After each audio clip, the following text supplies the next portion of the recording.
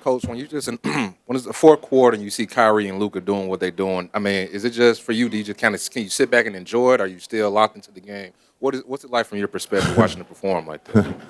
Yeah, locked into the game for sure. But also the trust that we have with our quarterbacks. When you talk about Luka and Kai being able to make the right decisions, and I thought those guys did a great job with the pace in the fourth of being able to run when we got the miss or rebound, and then just talk about winning the fourth. The game was tied at the end of the third, and everybody just stayed together. We got some great stops. We had some turnovers there in the fourth, but no one went sideways. Everybody just stayed positive. And again, the trust of Luka and Kai with the ball, they made some great plays, finding teammates, but also being able to knock down shots when we needed them. This is just my assessment. When I look at the ball movement, the space, and the defensive rotation, it seems like you've been really coaching at a high level. I'm curious, just how much do you think you've grown as a coach since you got in Dallas? Yeah, as much as we talk about players, coaches grow, coaches get better. The more time they're around the game. For me, I'm trying to get better each day. You know, watching film, coming up, my staff has done an incredible job of getting the guys ready. And so, for me, when the season's over, I'll look back to see what I have to improve on. But there's always growth for a coach and players. But we talk about the players. This is a players' league, not a coaches' league. JK, what's the concern level with Lively at this point? And it was announced a neck sprain. Yeah. Are there any concerns about a concussion? No.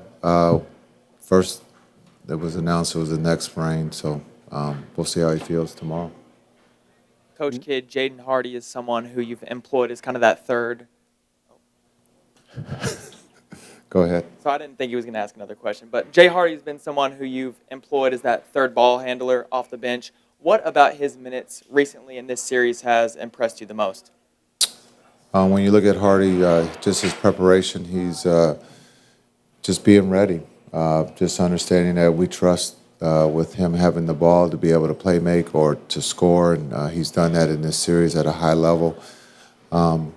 He's also part of the special teams defensive group, so just looking at his growth, and he's grown up extremely fast in this playoff series, but just understanding he's picking up a teammate maybe that isn't playing well, and so again, he's doing it at a high level, and there's a lot of trust with his teammates and coaches when he's out there. Hey, Jason. Anthony Edwards got hot in the third quarter, but in the fourth quarter, y'all were able to hold him to 4 points. What was your assessment on the team's defense in containing him late in the game? Yeah, I thought the group did a great job. He expended a lot of energy in that third, and we felt we were in a good seat, even though we gave up the lead. It's tied. He played almost the whole game. Ant's an incredible player. He's going to put a lot of pressure on your defense, and he did that in the third. I thought again in the fourth, the group did a good job. Team defense of trying to make it hard on them. And again, we got fortunate that they missed some shots, and then we were able to capitalize that on the other end. And you always talk about the leadership of Luka and Kai. How do you, as a coach, balance, between letting your leaders lead and then also stepping in and giving guidance to the team? Yeah, I think there's a lot of trust when you talk about Kai and Luka with the quarterback situation. I've been in that seat before, and the coach trusted that I was going to do the right thing. When you talk about those two guys as winners, they want to win. They want to help the team. I think when you talk about Luka putting pressure and trusting his teammates, Kai again turns down a shot and goes, to PJ in the corner for a big three. And I thought that was when the run started. But my job is to inform them what I see and try to put those guys in a position to be successful. But they do the heavy lifting. I get to sit there and watch. And so, but they're doing it at a high level, and we got to continue. We, again, haven't done anything. This is the first of four, and we're only at three. Jason, Lively is such a big part of this team. How did you guys make it through the night without him, and how did you think Dwight did those 7 minutes he was out there on the court? Yeah, I think it's always been you've been around this group all season. Next man up. Injuries are part of the game, and I thought DP did a great job. Understand we went small there for a little bit, but I thought DP came in, hadn't played in a while, knocked down some free throws, was aggressive on the defensive end, had a good look on the offensive end, didn't go down for him. But if Lively's out, DP's going to be ready to play, and we trust him. What did you guys do from a defensive standpoint there in the fourth quarter when you held them to 20 points? Yeah, I think sometimes you look at the defense, we're trying to protect the paint. Also, we're trying to guard the three-point line. Minnesota is a very good team, and they can, stretch you out. And I thought the extra effort tonight was at a high level. And, again, our defense wasn't perfect, but we got the misses when we needed to and got the rebound, and that's the big thing we've talked about as a group. Our defense we feel is pretty good, but a lot of times we come up and we don't get the defensive rebound. But I thought tonight in the fourth quarter we did a really good job. Jason, you just mentioned the small ball. What were you seeing when you chose to go to that early in the fourth quarter? Then what were you thinking? What were you seeing when you went back to Gafford as the main center? Yeah, we were going to use PJ as the new sprinter with Gaff. We were just going to rotate the bodies at the 5, and so PJ was the next one up to be in that situation and to go small. They were small too, so this was going to be a battle of shot making. Who was going to be able to make shots? Rim protection wasn't quite there for both clubs, so for us it was just a matter of being able to knock down shots, and we were able to do that in the fourth. Since the trade deadline, you guys have kept finding different ways to win, whether it's games where you don't hit as many threes as usual, games led by the defense, games where players are injured. What gives this team its ability to adapt to different styles of play and just still come out with results anyway?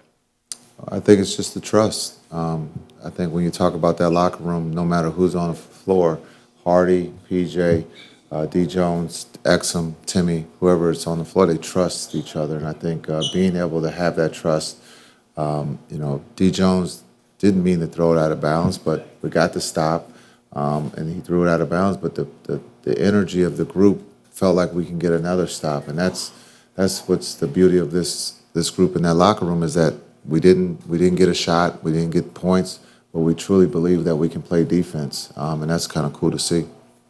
Coach, over here. Y'all made it clear that you're not going to worry about what people have to say. You guys just have your confidence. You believe in your ability. How much has that impacted this 3-0 series lead so far?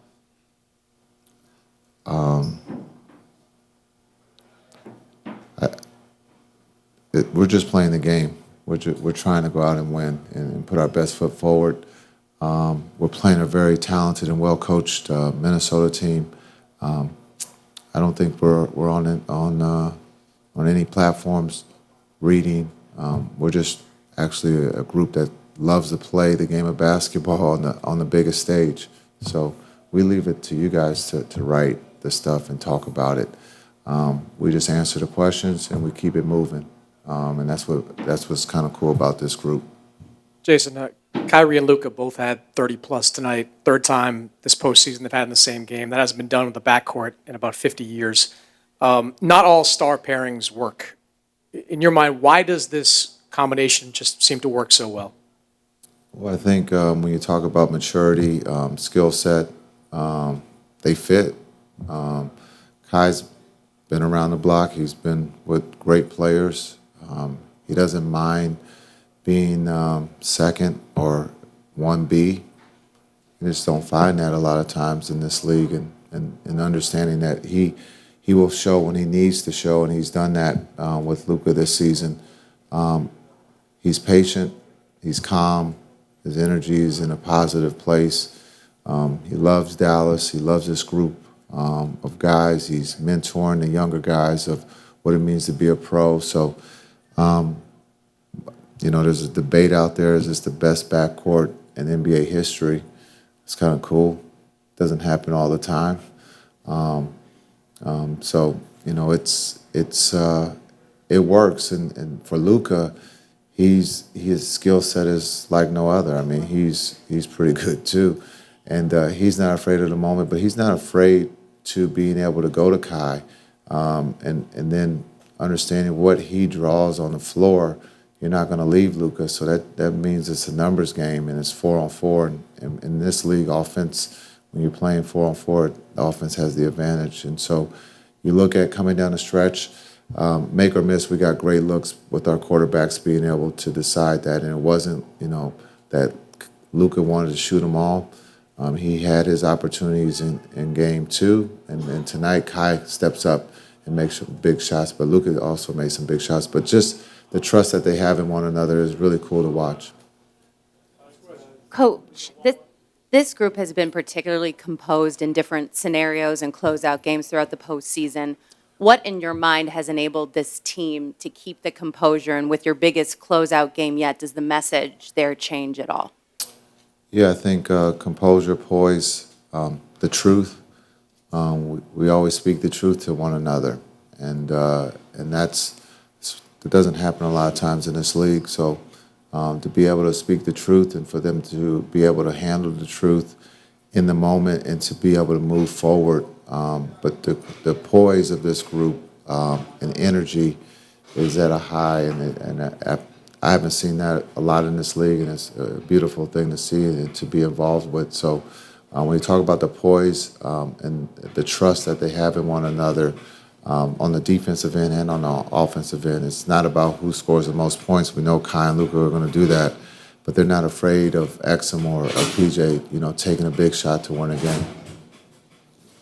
Thanks.